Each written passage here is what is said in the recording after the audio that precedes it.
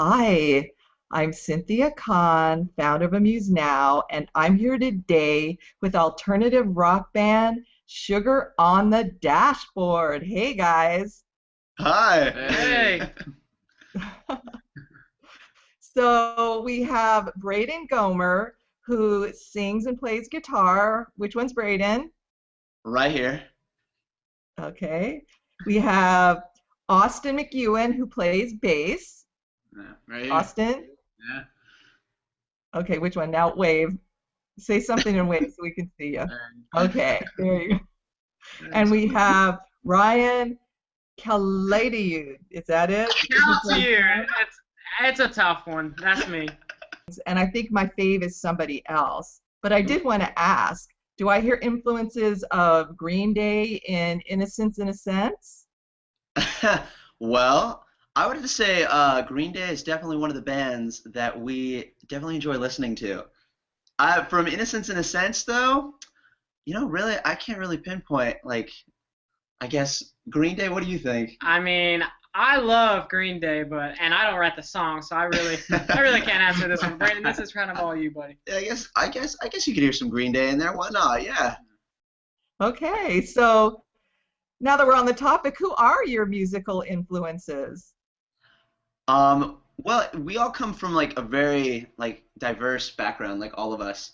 And so for me, I definitely like a lot of the 90s bands, like the Nirvanas and the Stone Temple Pilots and even Foo Fighters when they came out, Alice in Chains, Queens of the Stone Age. I could go on for hours and hours.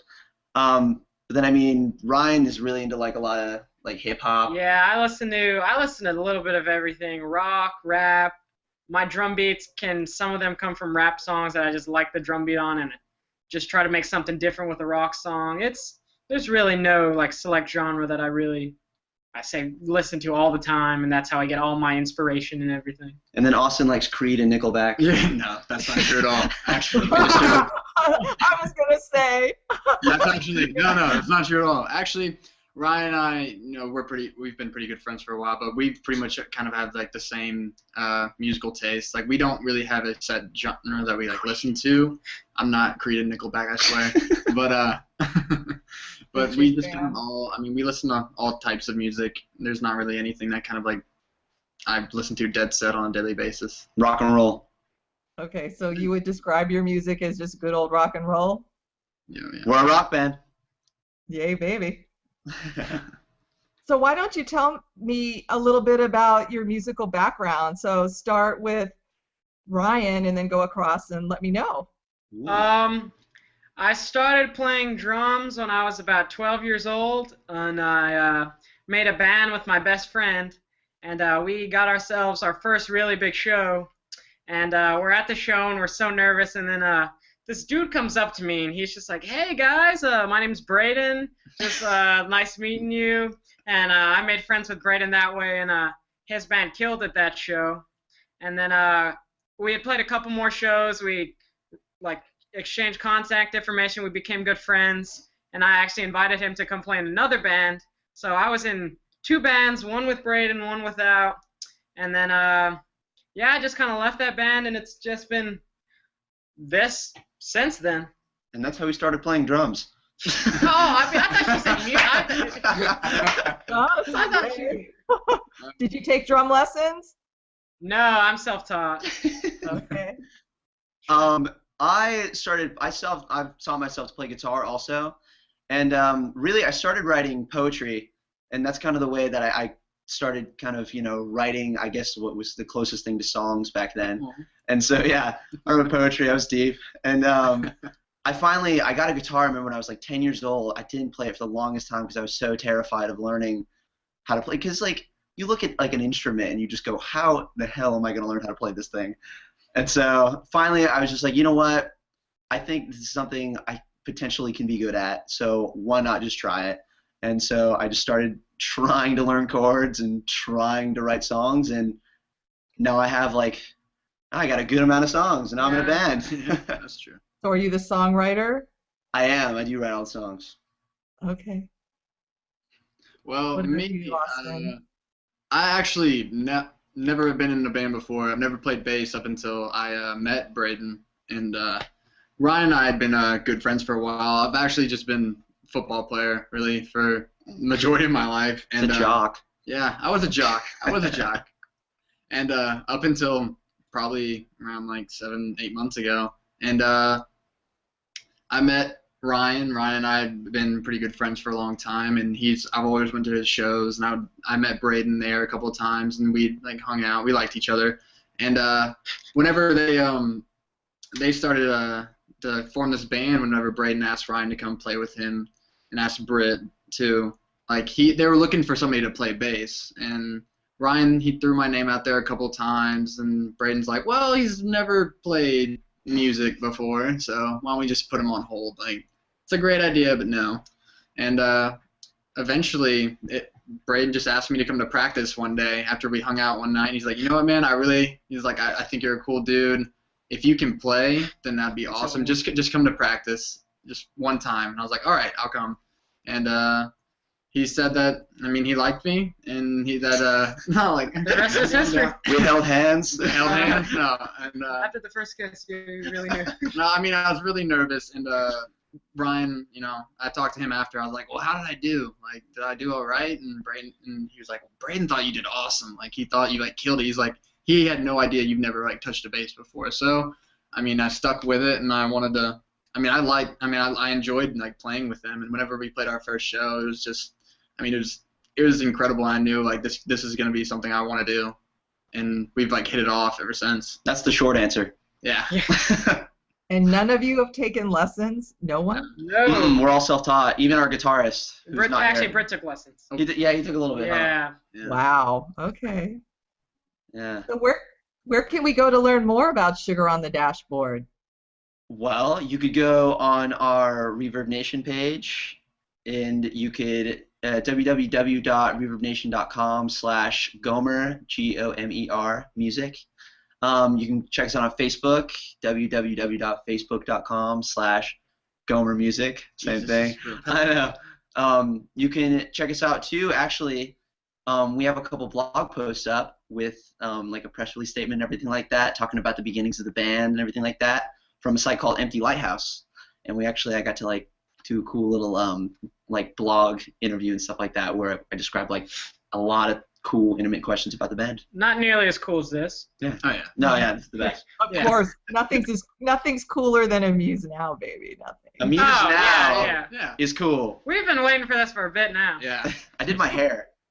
Yeah, when Braden showers for something, that's got to be pretty important. That's putting product in his hair. That's when you know. Mm-hmm. So how do you use social media to connect with your fans and to promote your music? That's social media, it's a really cool tool. It's something that like you really kind of got to get a groove going, because like you could go on like those follow sprees on Twitter, and like 50 people will like message you going like, are you a band? What's up? Where are you from? Like, you have to like answer a lot of questions and stuff, and like talk to just random people you've never met before. And so but you get in like a groove and stuff like that, and it's actually really cool, because you get to hear a lot of cool, like, you get to talk to people all over the world, and like they get to listen to your music, and when they tell you that they like it, that's like the coolest thing ever. So we connect a lot through Twitter, really, and then Facebook we put posts and like people like them and stuff like that. So, but mostly it's a lot through Twitter. I love Twitter too. That's my poison of choice too. Only 140 characters, but like it's cool. So since Amuse Now is about artists helping artists, what advice do you have for other young bands who are just starting out and trying to make a name for themselves? I would definitely say don't get bogged down on what anyone else or even just the world is telling you. You're not an outsider for you're not going with the wave and just do what you want to do, and if one person likes it or 1 million people like it, just do what makes you happy. You're not going to be happy playing music that's popular if it's not what you enjoy doing. If you enjoy doing it, it doesn't matter who likes it or who doesn't like it. Don't let someone tell you can't do something because that's not popular. And be persistent. Very persistent. Yeah, that's very true. I mean, you can be amazed about how many people have told Braden he's horrible, but he still does it. You know what I mean? He still does it every day. Most Every people- day. Every day he goes up there and we're just like, Braden, can you please Braden, stop? why? I've been kicked out of the band like 5 times. Oh, but it's your band? Is that the problem? Really, like take it from him especially. Like I'm new to the whole music thing, but he's been very, very persistent, and as it shows, I mean, he's been very successful with like the stuff that he's done and the stuff that we're doing, and he's kind of like made it a point to all of us. You kind of like manifest it, and one thing like I've learned, especially just from him in general, is just like if you want to play an instrument, like and like write songs, you can do that. Like you can just, as if like a lot of kids are like just kind of, you know, getting like discouraged and thinking it's like hard to play instruments and like write their own songs, and he's kind of been like the guy's like, you know what, just get out there, write your own songs, like right there. He's What a role model. yeah, he really is. I mean, he's very, very persistent and like very good at what he does. So, That was nice, Dad. yeah, you're welcome. Thanks, Pops. That's always it. We have a joke in the band. We call Austin Dad in public. I never knew where it came from. I just don't know. Next question. And we digress. So what's up next for Sugar on the Dashboard? We have a show actually on the 26th of June. We're opening for a band called the Nearly Deads. You can actually check them out on YouTube. They're really good. And so they're on tour right now. And so we're getting to open for them at a place called His Rock in Cumming, Georgia. And we have a couple other shows in July, actually. We're playing a house show. I still don't know where the house is. I'm a little Yeah, I terrified. don't think any of us really know what this house is. But then we're playing His Rock again, this place called the Blast House, and then Centennial Olympic Park, actually. And then we're playing Summer Shade Festival in August, late August. So we got a lot of shows coming up. So come on and see us. That'd be awesome. I wish I lived closer. I wish I lived where you live. Yeah, I was about to say. That's it. Portland. Well, guys, I had a fabulous time getting to know you tonight. It has been good talking with you. Thank you. Well, I hope that when we launch our e-commerce site, you'll consider adding Amused Now to your music distribution network. Oh, for sure. Yeah, absolutely. Definitely. Oh, yes. Well, I wish you all good things. Thank you. Thanks so Thank you. And much. thank you for having us and for asking us questions. My pleasure. The pleasure is all mine. Good night. Good night. Good night. night. Thank you. Hi, I'm Cynthia Kahn, founder of Amused Now. This featured artist presentation has been brought to you by Amused Now Entertainment, a website that enables artists to profit from their creativity.